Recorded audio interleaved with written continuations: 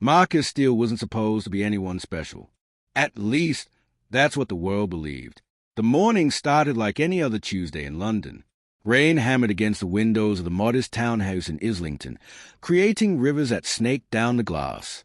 Inside, 8-year-old Marcus sat at the kitchen table, methodically working through his breakfast of toast and scrambled eggs. His dark hair fell across his forehead as he concentrated on the puzzle book beside his plate, completely absorbed in finding patterns that most adults would struggle to identify. His mother, Sarah, watched him from the counter where she prepared his lunch. To anyone observing, she appeared to be an ordinary single mother managing the morning routine. But Sarah Chen had spent the last 8 years perfecting the art of invisibility. Her real name was classified.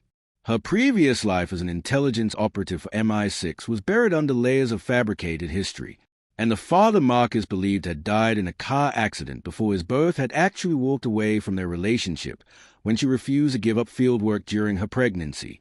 That father was Jason Statham, though Marcus knew him only as Jonathan Sterling from the stories his mother carefully crafted. Sarah had made a decision alone, believing that a child had no place in the dangerous world she inhabited. When she discovered she was pregnant, she'd seen it as a sign to leave that life behind. Jason had made a different choice, one that prioritizes work over family.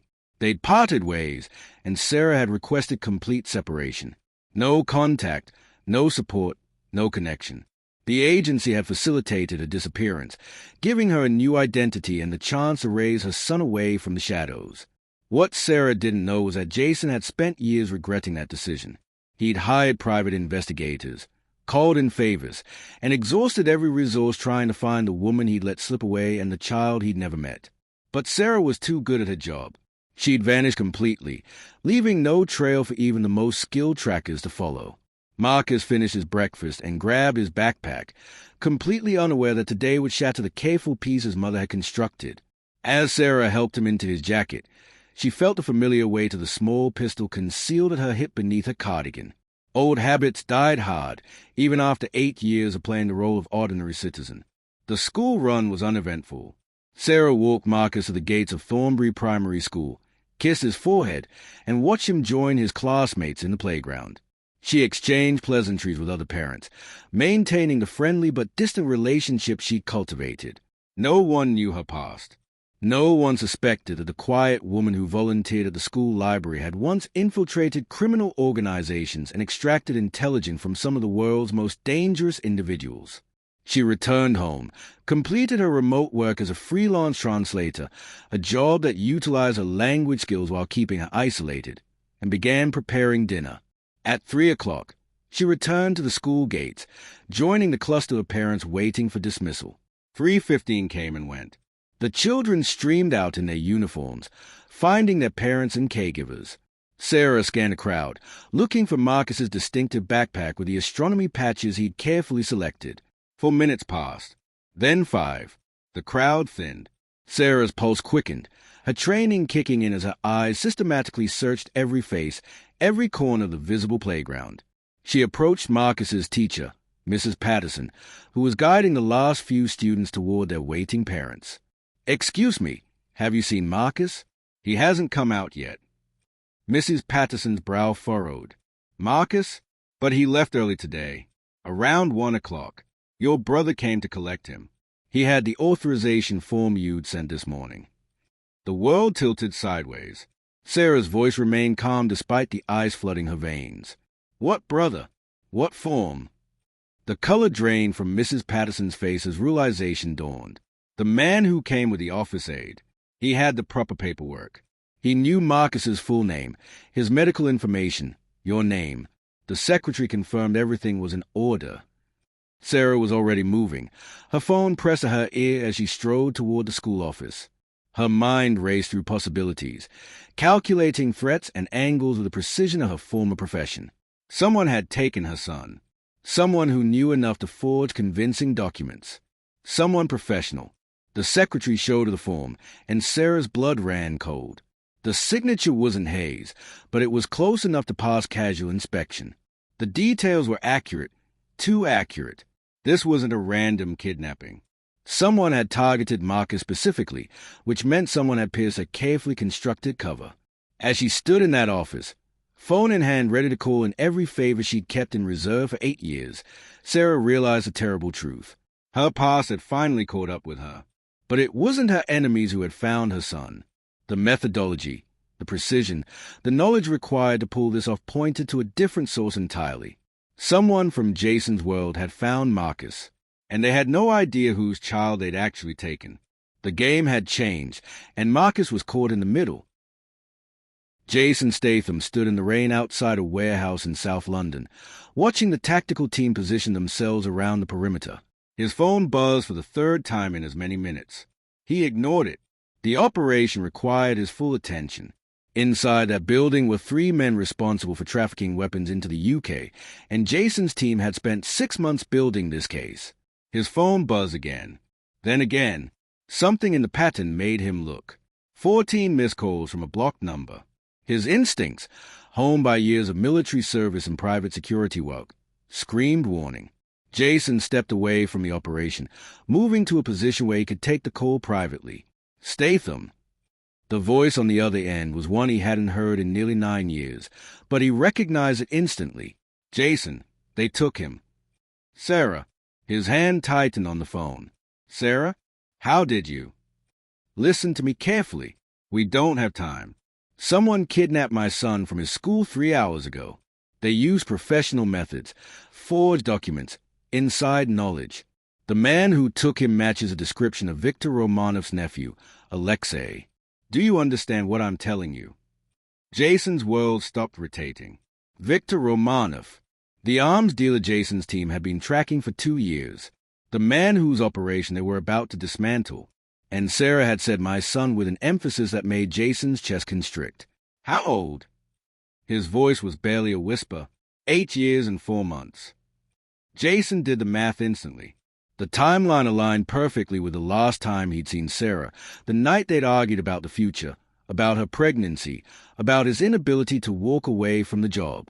The night she told him she wouldn't raise a child in the shadows, and he'd chosen his mission over his family. Why didn't you? Because you made your choice, and I made mine. But right now, none of that matters. Your investigation into Romanov, did it involve his family? His personal life? Jason's mind raced through 2 years of intelligence gathering. His nephew Alexei took over operations in the UK 6 months ago. We've been tracking him. He's trying to prove himself to Victor, show he can handle pressure. But why would he target a child? That's not their pattern. Think, Jason. Who would Alexei target to send Victor a message? Who would hurt badly enough to demonstrate power? The realization hit like a freight train. He thinks Marcus is my son. Someone told him you and I had a child together. He's trying to get leverage over me before we move on his operation. Exactly. Which means you need to shut down whatever you're planning right now and help me find our son before Alexei realizes his leverage won't work because you didn't know Marcus existed. Our son. The words echoed in Jason's mind, each syllable carrying the weight of 8 years of missed birthdays, first days of school, bedtime stories. A child he'd never met was in danger because of his work, and the woman he'd never stopped thinking about was back in his life under the worst possible circumstances. What do you need? He asked. Everything you have on Alexei and Victor. Locations, associates, properties. I need it in the next 10 minutes. And Jason, when we get him back, and we will get him back, you and I are going to have a very long conversation about what happens next. Jason was already moving toward his car, signaling his second-in-command to take over the warehouse operation. Send me your location. I'm coming to you. No, we can't be seen together. If Alexei has surveillance on either of us, it'll confirm his intelligence. Send the files to this number encrypted. I'll coordinate from my end. You work your contacts. We find Alexei's location in the next 2 hours, or this gets exponentially worse. Sarah, I need you to know. Later, Jason. Right now, I need the operator I remember, not the father you never got to be. Can you give me that? The coldness in her voice cut deeper than any blade, but Jason understood. This was survival mode, the mentality they'd both been trained to adopt when emotions became liabilities. You'll have everything in 8 minutes. I'm also activating my team. They don't need to know the personal connection. Keep it that way. The fewer people who know about Marcus's parentage, the safer he stays long-term. The call ended, leaving Jason standing in the rain, his entire world recalibrated. He had a son. That son was in the hands of a violent criminal organization, and the woman he'd loved and lost was back, trusting him with the most important mission of his life. Jason made 3 calls in rapid succession. The first was to his intelligence analyst, requesting every piece of data they had on Alexei Romanov's movements, properties, and known associates. The second was to a contact within the Metropolitan Police who owed him several favors, requesting surveillance footage from every traffic camera within 2 miles of Thornbury Primary School between noon and 2 o'clock. The third was to a man named Thomas Reed, a former SAS operator who now ran a private recovery firm specializing in kidnapping cases. Thomas, I need a full team on standby. Urban extraction, possibly hostile. Target is a child, 8 years old. Captors are Russian organized crime, armed and dangerous. How fast? We move the moment we have a location. Could be 2 hours, could be 20 minutes. I'll have 8 operators ready in 30 minutes. Jason, if this is personal, you need to tell me now. Jason looked at the warehouse where his original team were beginning their assault, then at his phone where Sarah's number glowed on the screen. It's personal, but I'm in full control. Get your team ready. By the time Jason reached his car, his analyst had sent preliminary files. Alexei Romanov had been sloppy, arrogant in his assumption that a new operation in London meant he could operate without the same caution his uncle employed. There were 3 properties associated with Alexei through shell companies, a luxury apartment in Canary Wharf, a warehouse in Dagenham, and a renovated church in Hackney that had been purchased 6 weeks ago. Jason sent everything to Sarah, then began his own analysis. The apartment was too public, too many witnesses and security cameras. The warehouse was possible, but it was also tied to active smuggling operations, which meant regular traffic and attention. The church was isolated, recently purchased, and had minimal digital footprint. His phone rang. Sarah, the church in Hackney. That's where they'd take him. Agreed. I'm calling in my extraction team. No. Too many operators increases the risk to Marcus. It needs to be fast, quiet, and surgical. How many people do you trust completely? 3, including myself. Then it's 5 total. I'm going in with you. Jason wanted to argue, to tell her to stay safe, to let the professionals handle it. But he knew Sarah.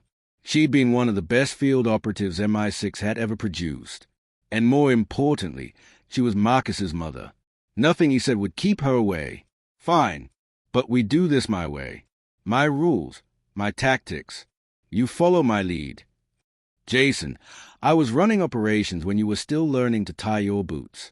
We do this together, as equals, or I go alone. Choose quickly. He smiled despite the gravity of the situation. This was a Sarah he remembered, fierce and uncompromising. Together, equals. I'm sending you the extraction plan now. We meet at the staging point in 90 minutes. Bring whatever gear you have. And Sarah, we're getting him back. I promise you that. Don't make promises about my son you might not be able to keep. Just be ready to do whatever it takes. The line went dead, and Jason was in motion. He had 90 minutes to assemble a team, plan an extraction, and prepare to meet the son he'd never known existed. As he drove through London's rain-soaked streets, one thought consumed him. Alexei Romanov had made a fatal mistake. He hadn't just kidnapped any child. He'd taken the son of 2 of the most dangerous people he'd ever encounter, and neither parent was going to stop until Marcus was safe. The dragon had awakened, and someone was going to burn. Marcus still sat on a metal chair in the corner of a large, cold room that smelled like old wood and dampness. His hands weren't tied, which he found strange. The man who had picked him from school, introducing himself as Uncle Richard, had been friendly at first, offering candy and talking about a surprise for his mother. But when they'd arrived at this strange building with its high ceilings and colored glass windows, everything had changed. There were 4 men now, speaking in a language Marcus didn't recognize, though he'd heard his mother speak something similar on phone calls she thought he couldn't hear. They kept looking at him, then at their phones, arguing in harsh whispers that echoed off the stone walls. Marcus had figured out fairly quickly that something was very wrong. His mother had taught him about strangers and dangerous situations, drilling him on what to do if anything ever felt off. She'd made it seem like a game, but Marcus was smart enough to understand it was more than that. Stay calm. Observe everything. Look for exits. Remember details. His mother's voice played in his head like a recording. The room was definitely a church, or used to be one. Marcus could see the outline where a cross had once hung on the far wall. The windows still had their colored glass intact, depicting saints and angels. Rows of old pews were stacked against one wall, covered in dust. There were 3 doors. The main entrance they'd come through, a smaller door to the left that seemed to lead to a back room, and what looked like a door to the outside on the right side, but it had a heavy chain and padlock. The man called Uncle Richard was actually Alexei. Marcus had learned from listening to the other men talk. Alexei was on his phone constantly, pacing back and forth, his voice growing more agitated with each conversation. Marcus caught words here and there. Insurance, leverage, the father. They kept mentioning someone's father, and Marcus wondered who they were really after. "Kid, you hungry?" One of the younger men approached, holding a bag from a fast-food restaurant. His English was heavily accented but understandable. He didn't look as mean as the others, maybe in his 20s, with nervous eyes that kept darting toward Alexei. Marcus nodded slowly. His stomach was growling, and he knew he needed to keep his strength up. That's what his mother always said. Take care of your basic needs first, then think about solutions. "Thank you," Marcus said politely, taking the offered burger and chips. His mother had taught him manners, and she'd also taught him that being polite to captors could sometimes work in your favor. "Can I ask why I'm here?" The young man looked surprised by the question. "You're not scared?" "I'm scared," Marcus admitted honestly. "But being scared doesn't help. My mom says that fear is just information telling you to be careful. So I'm being careful and trying to understand what's happening." "Smart kid. What's your name again?" "Marcus. Marcus Steele. What's yours?" "I'm Dimitri." He glanced back at Alexei, who was still absorbed in his phone call. "Look, Marcus, you'll be fine. Once your father does what we need, you'll go home. Nobody's going to hurt you." "My father's dead," Marcus said, watching Dimitri's reaction carefully. "He died before I was born. My mom told me about him." Dimitri's face went pale. He stood abruptly and walked quickly to Alexei, interrupting his call. They argued in Russian, their voices rising. Alexei grabbed Dimitri by the shirt, shoving him backward, but Dimitri kept talking, pointing at Marcus, then at his phone. Marcus ate his food slowly, his mind working through the implications. They thought his father was alive. They'd taken him to get to his father, which meant they had the wrong person entirely, or his mother had lied to him about his father being dead. The second possibility hit Marcus like a punch to the stomach. His mother never lied. She was the most honest person he knew, sometimes too honest, telling him difficult truths when other parents might have softened them. But she'd also taught him about operational security, about protecting information, about sometimes hiding truth to keep people safe. She'd taught him things that most 8-year-olds didn't know, skills she called just-in-case knowledge. What if his father wasn't dead? What if everything was a lie to protect him?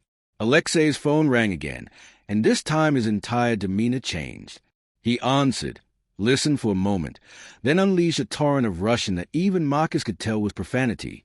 He threw his phone against the wall, shattering it, then kicked over a chair. The other 3 men backed away, giving him space. "Problem," one of them asked in English. "The operation is compromised. The warehouse team was arrested. All of them." Alexei's eyes were wild, furious. He turned to look at Marcus, and for the first time, Marcus saw something that truly frightened him: desperation. Desperate people were unpredictable. His mother had taught him that too. "What about the kid?" Dimitri asked nervously. "The kid is our only leverage now. Jason Statham has 48 hours to deliver 50 million pounds and guarantee safe passage for me and my uncle, or the boy dies." Alexei pulled out a new phone, beginning to type a message. Jason Statham. The name echoed in Marcus's head. He'd heard that name before. Seen it in movies his mother quickly changed when he walked into the room, noticed it in news articles she'd hurriedly close on her laptop. Marcus was an observant child, perhaps too observant. He remembered things, made connections, saw patterns. His father wasn't dead. His father was Jason Statham. And these men had kidnapped him to get to his father, which meant both his parents were probably coming for him. Marcus felt a strange calm settle over him. His mother had always been protective, sometimes overprotective, and now he understood why. She wasn't just a translator working from home. His father wasn't dead. Everything made sense suddenly. The self-defense lessons, the emphasis on situational awareness, the way his mother always knew when something was wrong before it happened, the gun he'd accidentally discovered in her closet that she'd explain away as protection. "I need to use the bathroom," Marcus announced clearly. Alexei ignored him, but Dmitri approached. "The bathroom's through that door. I'll take you." Marcus stood, noting that Dmitri didn't tie his hands or even hold his arm tightly. These weren't professional kidnappers. They were opportunists who'd made a mistake, and they were starting to realize it. The bathroom was small, with a tiny window too high and narrow to climb through, but it gave Marcus a moment to think. His mother had taught him a phrase to use if he was ever in serious danger. She'd made him memorize it, drill it until he could say it in his sleep. If anyone ever takes you, and you get a chance to talk to someone outside, anyone at all, you say this exactly: "The red dragon flies at midnight." Can you remember that? Marcus had remembered. He'd thought it was silly, playing spy games. Now he understood it was a signal, probably something that would alert authorities or his mother's old contact that he was in danger. When he returned from the bathroom, he noticed Dimitri's phone sitting on a pew, forgotten while the man helped Alexei set up some kind of camera equipment. They were going to film a ransom video. Marcus had seen enough movies to know what that meant. The opportunity was there, just for a moment. Marcus was fast, and he was small. His mother had taught him to take calculated risks when the reward outweighed the danger. This might be his only chance. While the men were distracted, Marcus grabbed Dimitri's phone and slipped into the shadows behind the stacked pews. His fingers trembling but determined, he dialed the emergency number. When the operator answered, he whispered as quietly as he could while still being heard. "My name is Marcus Steele. I've been kidnapped. I'm in an old church in Hackney. The red dragon flies at midnight." Then he ended the call, wiped the phone on his shirt, and tossed it back toward where it had been, letting it clatter to the floor. When Dmitri noticed and picked it up, Marcus was already sitting back in his chair, eating the last of his chips, trying to keep his face innocent. His mother was coming. His father was coming. And Marcus had just given them the signal that he was alive and fighting back. Now he just had to survive until they arrived. Sarah Chen received the emergency services alert at exactly 6:47 p.m. through channels that shouldn't have existed anymore. Her old handle at MI6, despite her official retirement, had maintained a backdoor connection specifically for the phrase Marcus had just used. When her phone vibrated with that specific code, Sarah's blood ran cold and hot simultaneously. The red dragon flies at midnight. Her son had managed to make contact. He was alive. He was thinking clearly, and he'd remembered the emergency protocol she'd drilled into him since he was 5 years old. Pride and terror mixed in her chest as she immediately contacted Jason. He made contact. Marcus called emergency services and used the code phrase. They've traced it to the old St. Michael's Church in Hackney. That matches your intelligence on the church property. Jason was already in tactical gear, standing with Thomas Reed and 2 other operators in a garage south of Thames. How long ago? 4 minutes. The call lasted 8 seconds. Metropolitan Police are dispatching units. ETA 22 minutes. We need to be there first. Agreed. Local police presence could trigger a hostage situation. We go in quiet, extract Marcus, neutralize threats only if necessary. Jason paused, and Sarah could hear the weight in his voice. Sarah, he's smart. Really smart. To make that call in those circumstances. He gets it from both of us, Sarah interrupted. Stop being impressed and start moving. I'm already en route. I'll be there in 14 minutes. We'll be there in 12. Sarah, when we go in, I need you to promise me you'll follow the tactical plan. No matter what you see, no matter what's happening, you trust the process. Sarah understood what he was really asking. Could she maintain operational discipline when their son's life was on the line? Could she be the operator instead of just a mother? I'll follow your lead on the breach, she said carefully. But if they hurt him, Jason, I'm not following anyone's rules about restraint. Fair enough. See you there. Sarah drove through London like she was back in the field, taking turns that would make traffic cameras useless, choosing routes that minimize exposure. She'd retrieved her go-bag from the hidden compartment in her closet, the one she'd sworn she'd never use again. Inside was a woman she used to be, tactical vest, suppressed Glock 19, combat knife, lock-picking kit, and the kind of clothing that disappeared in shadows. As she drove, her mind ran through everything she knew about Marcus's capabilities. She'd trained him without making it obvious, teaching him situational awareness through games, self-defense through play fighting, survival skills through camping trips. He could pick a simple lock, knew how to find north without a compass, understood basic first aid, and most importantly, knew how to stay calm in emergencies. But he was still 8 years old.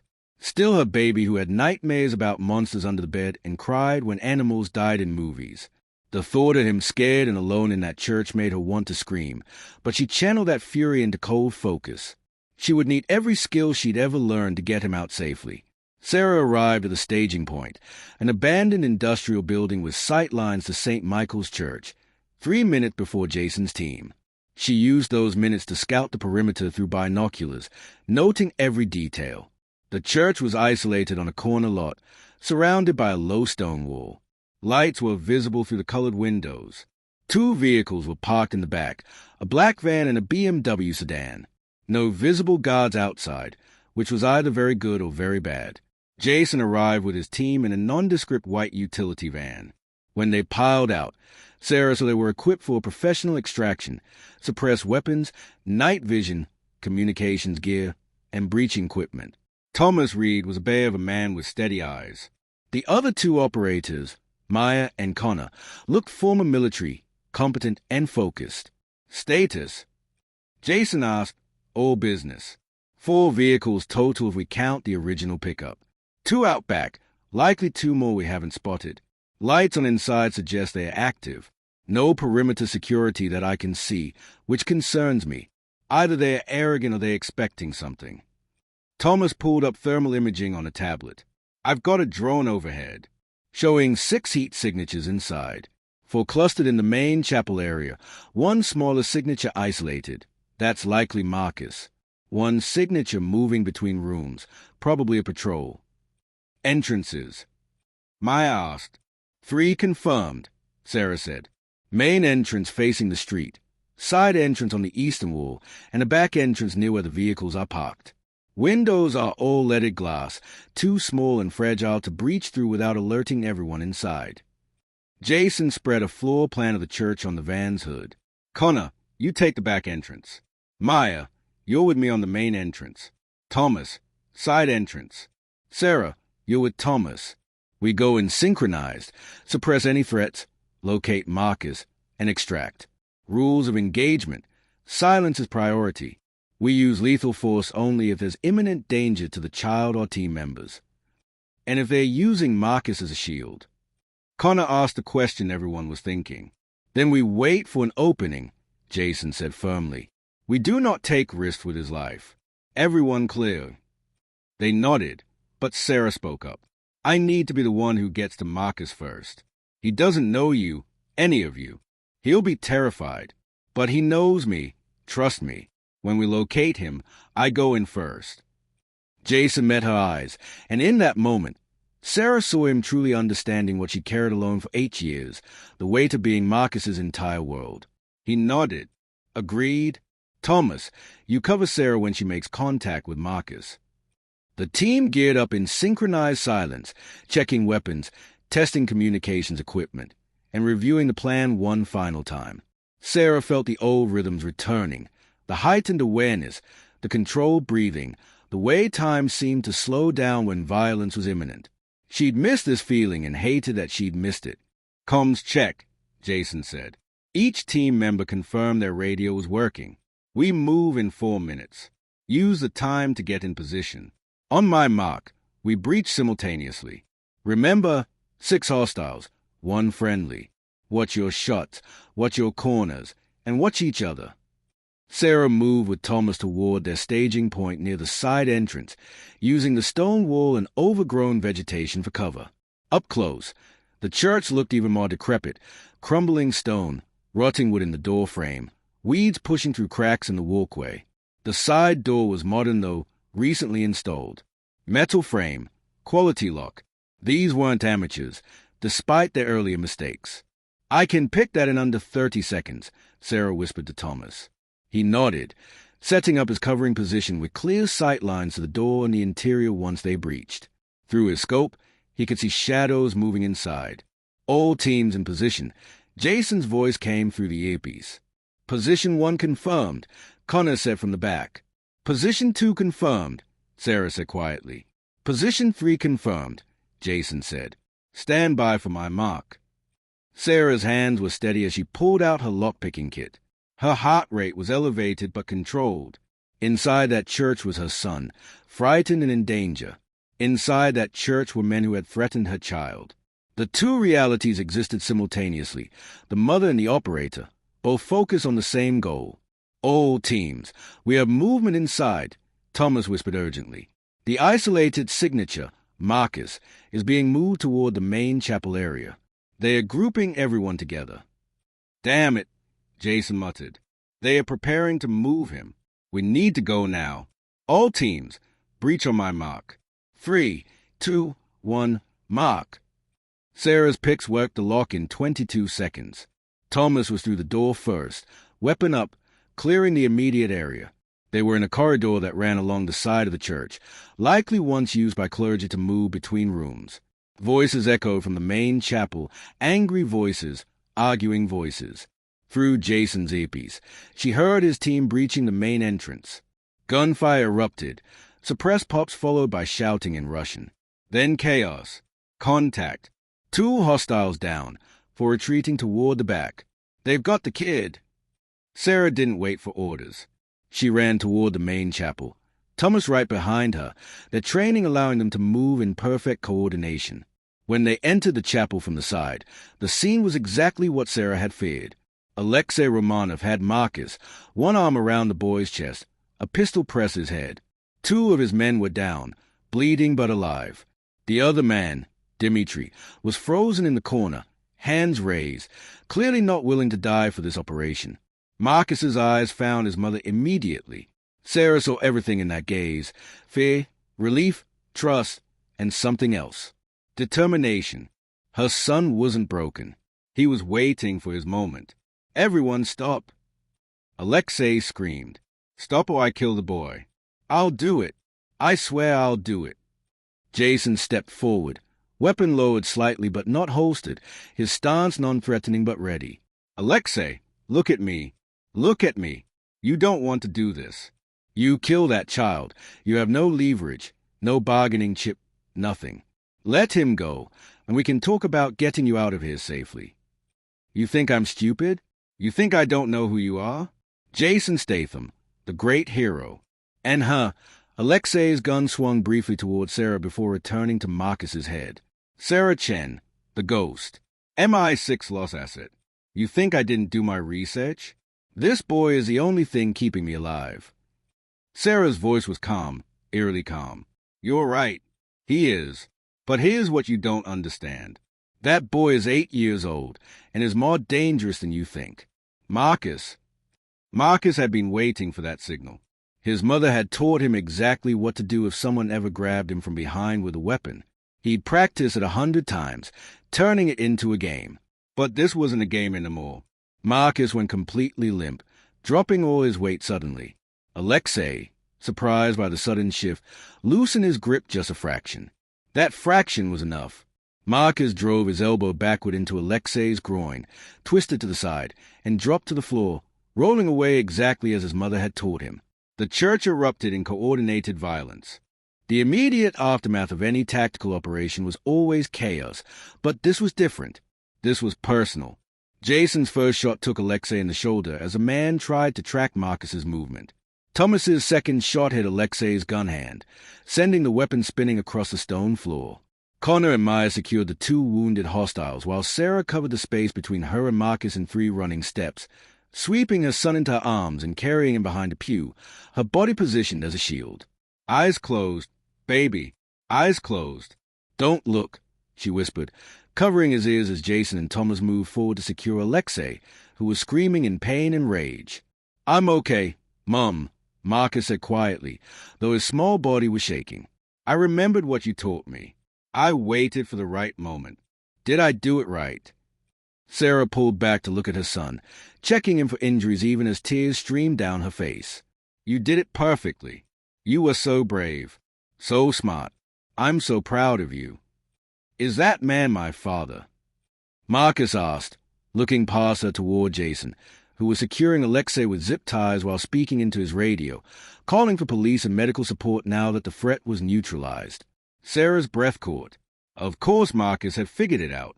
Her brilliant, observant son had pieced together the puzzle. Yes, that's Jason, your father. Why did you tell me he was dead? Because I thought it would keep you safer. I was wrong. I'm sorry. Marcus processed this for a moment, then looked at his mother with those eyes that saw too much. Are you a spy? Like in the movies? I used to be. I'm not anymore. I'm just your mom.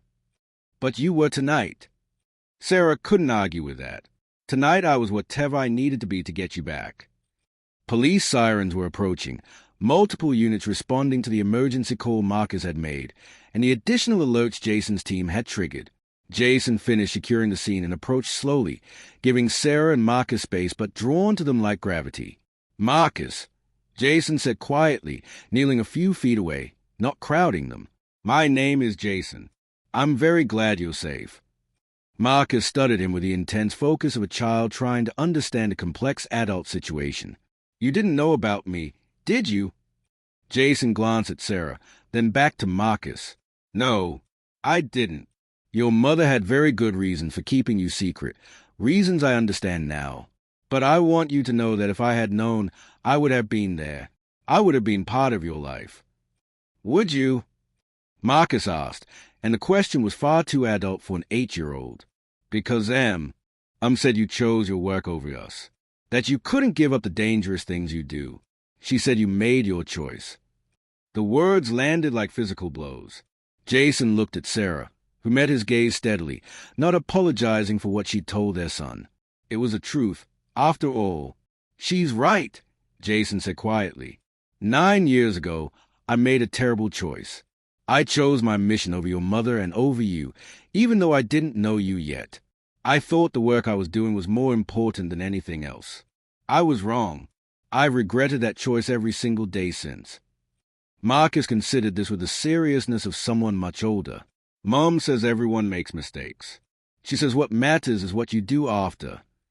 Your mum is very wise, Jason said, his voice thick with emotion. What happens after is up to all of us. But right now, what matters is that you're safe. You were incredibly brave tonight, Marcus. The way you made that phone call, the way you defended yourself, you saved your own life. Mum taught me, Marcus said simply. She taught me lots of things. Self-defense, awareness, survival skills. I thought we were just playing games, but they were real lessons, weren't they? Sarah nodded, brushing hair back from Marcus's forehead. I always wanted you to be prepared, just in case. I hoped you'd never need those skills, but I couldn't take the chance. The police were entering the church now, led by a detective Sarah recognized from her MI6 days, Director Inspector Patricia Morrison, who would work with the intelligence services on joint operations. Morrison took in the scene with experienced eyes. The secured suspects, the professional extraction team, Sarah Chen holding a child, and Jason Statham standing nearby. Her expression said she understood far more than she'd put in any official report. Sarah, Morrison said neutrally, it's been a long time. I'm going to need statement from everyone. But first, let's get the boy checked by paramedics. Jason, I assume you have authorization for whatever operation this was. Everything will be documented appropriately, Jason said, which wasn't exactly an answer but was enough for now. The primary concern is the child's welfare. Marcus was checked by paramedics in the back of an ambulance, while Sarah refused to leave his side. He was physically unharmed, no injuries beyond some bruising on his arm where Alexei had grabbed him, but the psychological impact would take time to understand. Sarah watched him carefully, looking for signs of trauma, but Marcus seemed oddly calm, processing the experience with remarkable resilience. "Will those men go to prison?" Marcus asked. "Yes," Sarah said firmly, "for a very long time." "Good. They scared me, but I wasn't going to let them win. You taught me that too. Never give up, even when you're scared." Over the next 3 hours, statements were taken, evidence was collected, and the complicated machinery of law enforcement and intelligence services ground into motion. Jason's team had authorization for the operation through a security firm's contract with the Metropolitan Police, though that authorization was being stretched to its limits. Sarah's involvement was more complicated. Officially, she didn't exist in any operational capacity. Morrison made it clear she'd smooth over the irregularities because the outcome was right, but there would be questions. By midnight, Marcus was falling asleep against his mother's shoulder in a private room at the police station. Jason had stayed close, not intrusive but present, clearly struggling with how to be in his son's life after missing the first 8 years. "Take him home," Morrison said quietly to Sarah. "We have everything we need for now. I'll make sure the official reports reflect that this was a kidnapping resolved by Jason's security team with your assistance as a child's mother. Your background stays buried." "Thank you, Patricia." "Don't thank me. Just keep that boy safe. And Sarah, maybe it's time to stop hiding. The world you tried to protect him from found him anyway. Maybe the solution isn't secrecy anymore." Sarah carried Marcus to her car, with Jason following at a respectful distance. When she reached her vehicle, she turned to face him. "We need to talk," she said. "About everything. About what happens now. But not tonight. Tonight, I need to get my son home and help him process what happened." "I understand. Can I see him again? Soon." Sarah looked at Marcus, sleeping peacefully despite everything that had happened. "This isn't my decision alone anymore. When Marcus wakes up tomorrow, I'll ask him what he wants. If he wants to know you, to have you in his life, then we'll figure out how that works. But Jason, if you're going to be his father, you have to actually be his father. Not a part-time visitor. Not someone who shows up when it's convenient. He deserves more than that. I want to be his father. Fully. Whatever that takes. Whatever I have to change about my life, I'll do it. We'll see. Words are easy. Actions matter. Come by tomorrow afternoon. We'll talk, the three of us, and figure out what happens next." Jason nodded, accepting the terms, understanding he had no right to ask for more. He watched Sarah drive away with their son, feeling the weight of 8 years of absence and the possibility of a future he'd thought was lost forever.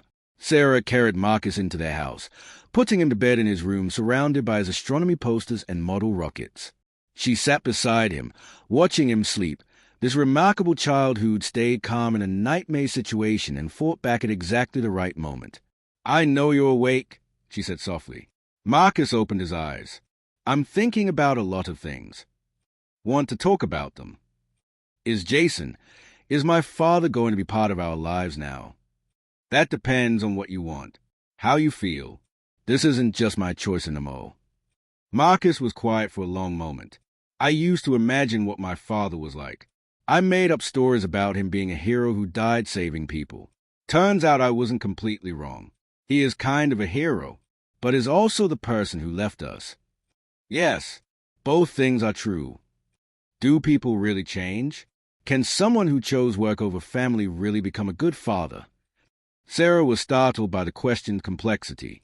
"I don't know, sweetheart. I want to believe people can change. I've changed. I left the work I love because I wanted to be your mother more than I wanted to be a spy. Maybe your father can change too, but it's okay if you need time to trust that. It's okay if you're angry at him or if you don't want him around right now." "I'm not angry," Marcus said thoughtfully.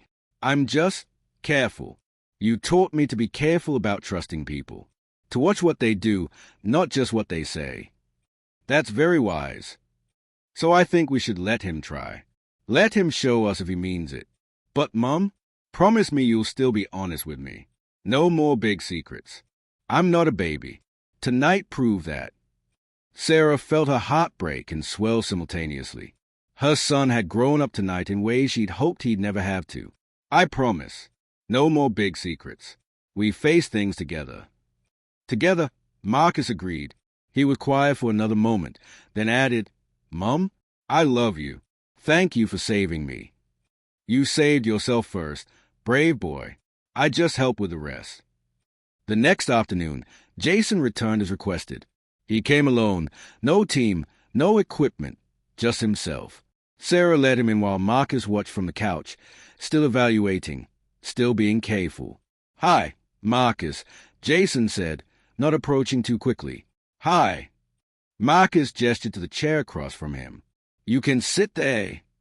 The three of them talked for 2 hours. Jason answered every question Marcus asked, about his work, about the past, about why he'd made the choices he'd made. He didn't sugarcoat his mistakes or make excuses. He was honest about his regrets and clear about his intentions going forward. I'm taking a leave from active operations, Jason said. I've already started the process. I'll still own the security company, but I won't be in the field. I want to be here, in London, available to be part of your life if you'll let me. What if being a father is boring compared to saving people and catching bad guys? Marcus asked bluntly. Jason smiled. Then I'll learn to love boring. Marcus, I've spent my whole adult life chasing excitement and thinking it meant something. Last night, the most terrified I've ever been was thinking I might lose you before I ever really knew you. That terror was more real than anything I've felt in 20 years of dangerous work. If being your father is boring, it'll still be the most important thing I've ever done. Marcus looked at his mother, who nodded slightly. The decision was his. Okay, Marcus said finally. You can try, but we're going to start small. Maybe you come for dinner once a week. Maybe we do something together sometimes, like go to the science museum or play football. And if it works, if you actually show up and don't disappear, then maybe it becomes more. That's more than fair, Jason said. I'll take whatever you're willing to give and prove that I'm worth more. Over the following weeks, Jason kept his word. He showed up for dinner every Wednesday without fail. He attended Marcus's school assembly when Marcus received an award for mathematics. He learned about astronomy because Marcus loved space, reading books and watching documentaries so he could have real conversations with his son about black holes and distant galaxies.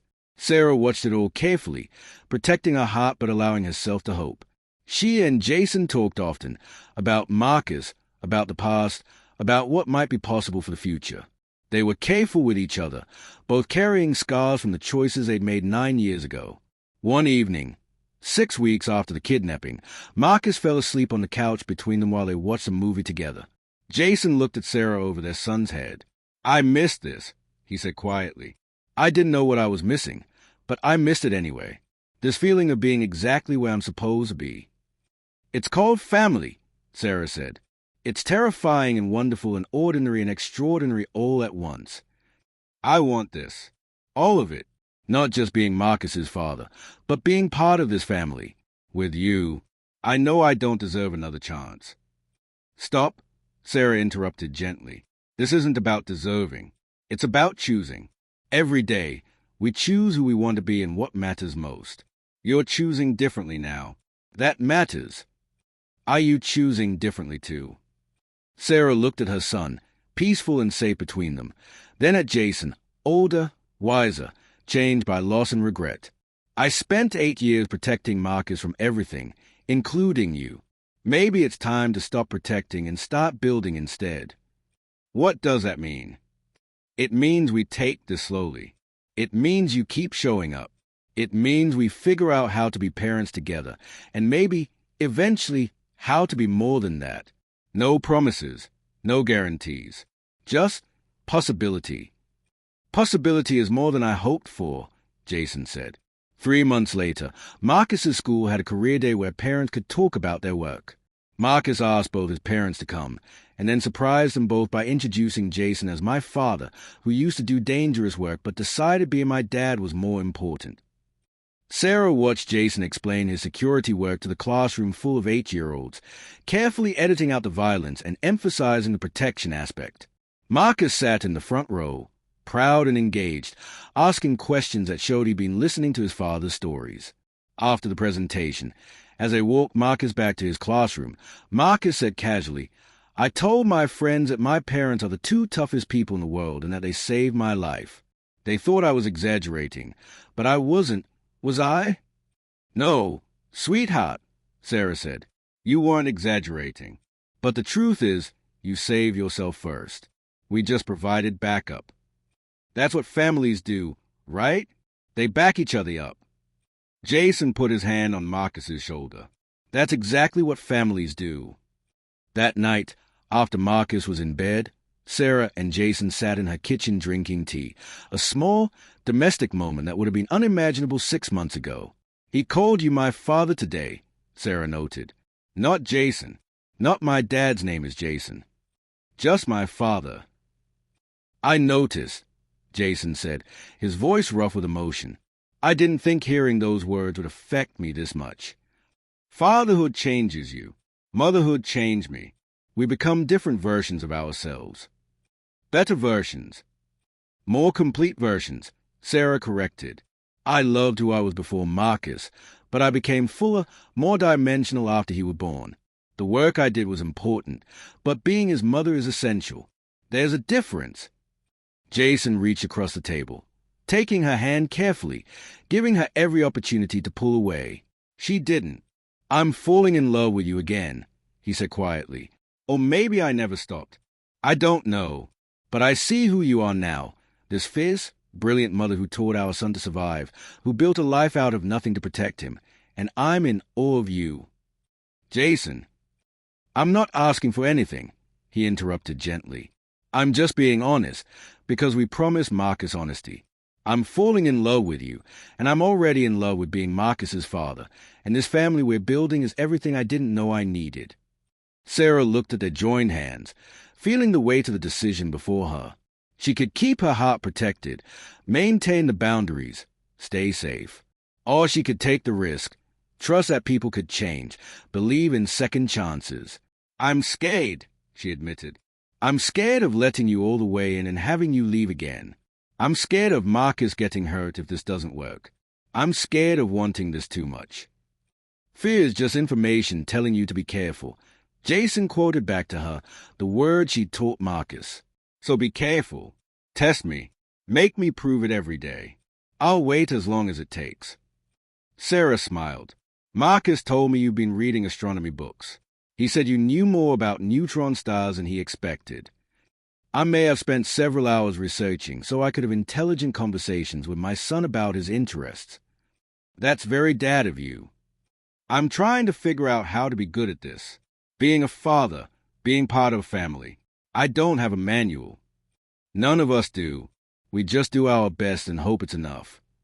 Sarah squeezed his hand, making her decision. "Jason, I'm not ready to say I love you yet, but I'm ready to say that I'm choosing to try. I'm choosing to believe you've changed. I'm choosing possibility." "That's more than enough," Jason said. "We'll figure out the rest together." Upstairs, Marcus lay in bed, not quite asleep, listening to the low murmur of his parents' voices from the kitchen. He couldn't hear the words, but he could hear the tone, warm, caring, hopeful. He thought about the night he'd been taken, how scared he'd been, but how he'd remembered everything his mother taught him. He thought about his father, who was learning to be a dad even though he'd missed 8 years. He thought about his mother, who had given up her exciting life to keep him safe.